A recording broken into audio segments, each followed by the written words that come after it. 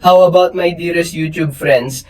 Today we are in a new Ponle Prestige Top 30 video because again in this month of November we have changes again. In this case, in this video, I am going to give it a twist.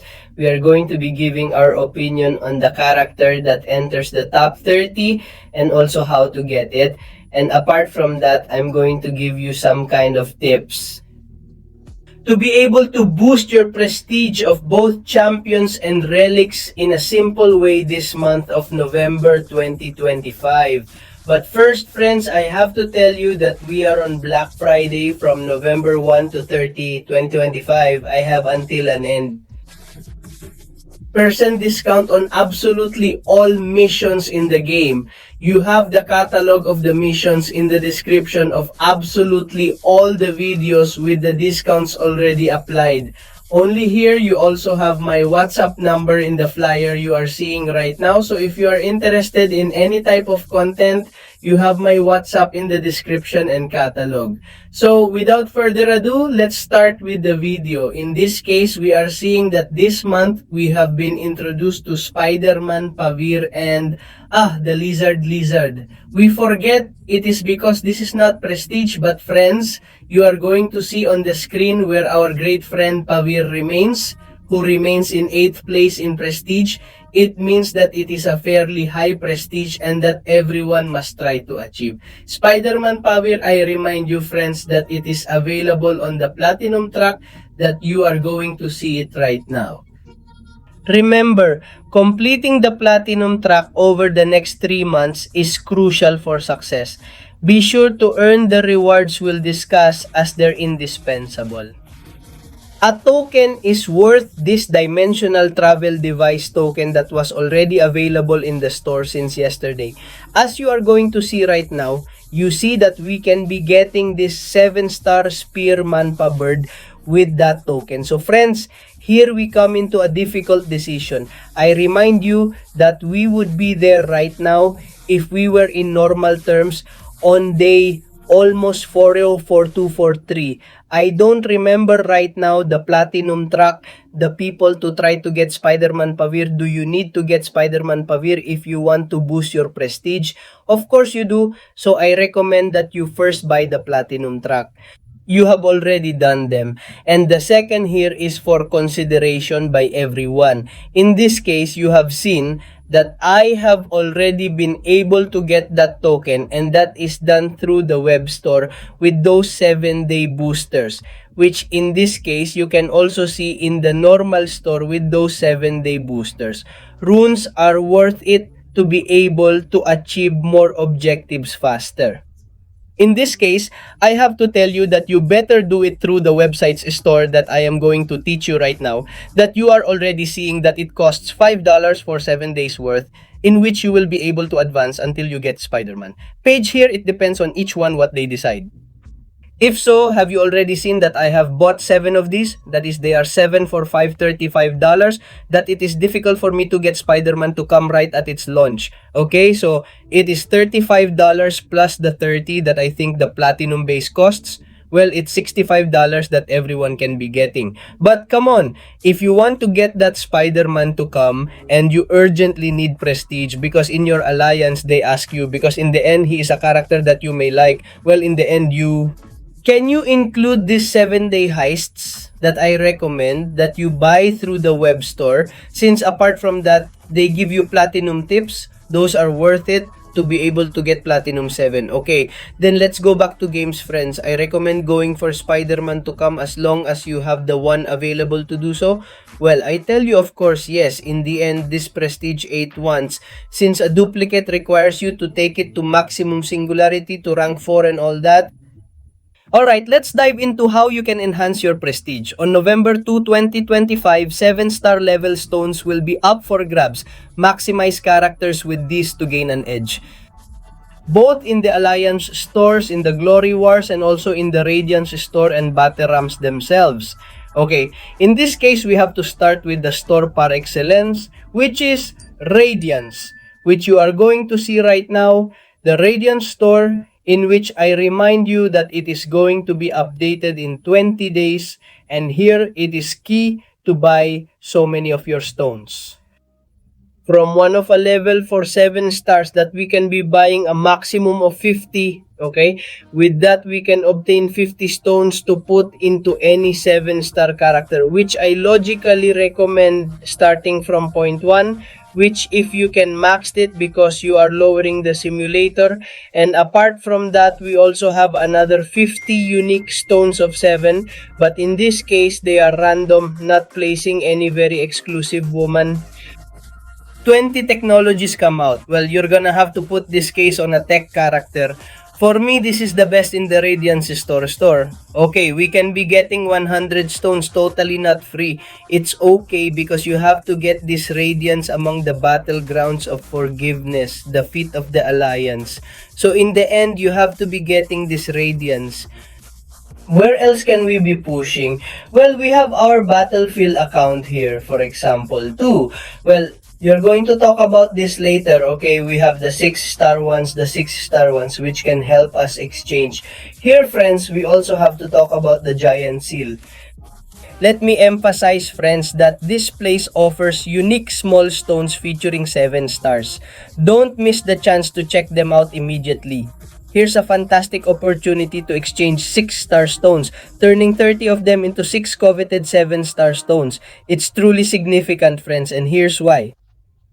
Here's the situation. You move forward, realizing it's 8 instead of the number I earlier mentioned. My apologies for the mix-up. Nonetheless, the process of acquiring the highest 7-star stones enhances not only resources but also security for our communities, adding tremendous value. Where else can we be getting these unique stones so we can climb our character's prestige? Well, as always in the monthly supervision that it is, well, it is adaptive. Okay, here you are already seeing that we can be achieving at the level I am at. At least there are 15 unique stones of 7. But we also have the crystals that right now, well, I'm not seeing. Here are 17 at 17 singular crystals of 7. With reduced prestige, the availability of stones numbered 12 with 7 stars and 13 crystals with 7-star ratings will decrease. Thus, it becomes possible to collect approximately 100 or even up to 120 stones. These include treasures like 7 safety glasses with a distinct RAL shape. Moreover, now is an opportune moment to explore avenues for boosting our collective prestige. The first thing, friends, as I always tell you, what you have to do is upload the Stadcast relics, okay? Because, friends, it has already come out thanks to our friend Konsu, who has taken a beating in creating a page in which the Battle Cars relics have already... They have been left quite behind unless you are in a singularity for quite a while. What do I recommend? Well, the first thing, you raise to the 7-star ones to the maximum rank is as you are seeing here, which in this case, well, not. Our human torch is not raised, so I am raising it so that you can see how it is rising a little. Prestige. In the end, the 7-star ones are the relics that give the most prestige. Therefore, I recommend that if you have ever achieved 7 something like that, either by opening shape crystals, free or even right now in the Rula Sexta store, that I recommend you not spend because in the end that's like a kind of porridge for before the circuit weekend. Then I don't recommend you spend any money. Well, no rules in this case, that's fine. So as always, the relics must be raised to the 7-star ones at the highest level as you are seeing here because they will basically increase our prestige, which in the end is what we are looking for. In this case, I am going to place it on any character 4. Or a Morbius themselves and the smart one, then that is the priority. First, the 7 stars. If, for example, you can move up from rank 2 to rank 3, then much better, and always focus on the ones here in we can really fight in the 6-star Statcasts relics. Here you have to look at the Statcasts. Okay, which ones do you have the most duplicates? Because friends, prestige is the same for all battlecasts. Sorry, for all Statcasts. So here what really matters is, for example, the level of singularity. For example, this one from Kusala I have for 40, and this one I have for 40, this one I have for 40 rank 2, and this one I have for 40. However, you will have seen that in rank 1, since it is in characters that I have not yet risen to rank 240, but the duplications that you are going to see are level 20. So you have to notice that ranges 3, for example, to take it to ranges 3, it has to go more than 40, more than 60. That is the maximum possible to be able to take it to a range. The only one I have is because I have it for level 60. The greater uniqueness, the greater prestige you will be. Where can we be promoting our account in a free-to-play way to be able to get it?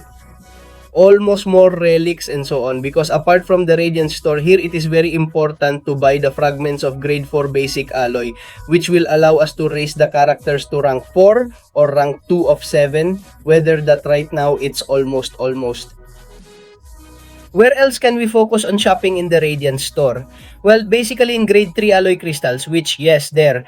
This is key to raising the relics characters to rank 4 from 7 out of 6 stars, worth rank 4. So here it is very important to carry all grade 3 alloy crystals. Now, the glory store does come into action, okay? Let's remember that glory is basically achieved by making feats of alliance, okay? In which we can focus on boosting our relics with this store, for example. And there is that of grade 3 class alloy fragment, our grade 4 basic alloys, which are very, very necessary to be able to raise grade 3 basic alloy fragments to characters. Is he a grade 2 cluster alloy elector? Well, I haven't said it, but also in the Battlefield store, it's also quite important because we also have selectors and we also have X such grade 4 alloy to a lesser extent, and especially grade 2 alloy selection, which are very important to move up from rank 1 to rank 2, from rank 2 to rank 3, and rank 3 to rank 4 to our next. Also, apart from the stores, we can be achieving it by doing missions as always. As we have seen above in the monthly super mission, we will also be able to obtain grade 3 class per alloy crystals, grade 2 class alloy fragment crystals. We will be able to know 60,000 fragments of grade 4 basic alloy. That is, it has been almost 2 crystalline fragments of grade 3 basic alloy, 2,600 of grade 2. In other words, in the end, you have to be doing it depending on prestige. Precisely why this type of videos is so important to help you boost your account to the highest level. Also, these grade 3 class alloy glass are very important, your prestige, to get as many prizes as possible to boost your account. So nothing, friends. Well, with this, we have simply finished the update that Spielman to see becomes the top 8, and also how to get the maxims of unique stones for champions, and also how to be able to get the necessary resources for him to be in the nation, give us alphas and so on for fatal relics such as statics that I have already told you that statics are more important. Did you friends like the video and leave me some comments that have appeared in this? Okay? If you like this prestigious video format more than saying which ones they are. And I also have to tell you again what to have. We are on Black Friday, so the entire catalog is up to 50% off, and in the catalog you have it in the description. So friends, if you like the video, and see you in other videos. Bye bye. And before finishing the video, thank you very much to all of you who are members of the channel, to JP Ramirez and ES Castelmeron for being VIP. TheShori is November 2025. To become a member, you have it in the video description. Thank you all very much.